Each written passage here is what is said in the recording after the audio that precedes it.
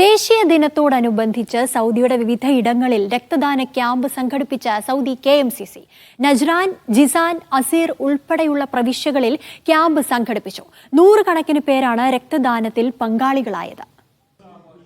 94ാമത് Saudi ദേശീയ ദിനത്തോടനുബന്ധിച്ചാണ് KMCC വിവിധയിടങ്ങളിൽ രക്തദാന ക്യാമ്പ് സംഘടിപ്പിച്ചത്.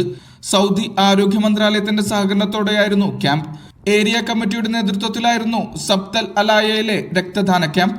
ഇവിടുത്തെ ജനറൽ ഹോസ്പിറ്റലിൽ 30ഓളം പേർ രക്തം ദാനം ചെയ്തു. ജീസാനിൽ KMCC സെൻട്രൽ കമ്മിറ്റിയുടെ നേതൃത്വത്തിലായിരുന്നു പരിപാടി. Sabya general hospital, Muhammad bin Nasser hospital എന്നിവിടങ്ങളിലായിരുന്നു ക്യാമ്പ്. പങ്കെടുത്തത് 40-ലധികം പേരാണ്. ഹാരിസ് കല്ലായി ഉദ്ഘാടനം ചെയ്തു. ഷംസു പൂക്കോട്ടൂർ, മുഹമ്മദ് ബിൻ നാസർ തുടങ്ങിയവരും ചടങ്ങിന്റെ ഭാഗമായി. കിങ് അബ്ദുള്ള ഹോസ്പിറ്റലിൽ വെച്ചായിരുന്നു ബീഷയിലെ ക്യാമ്പ്.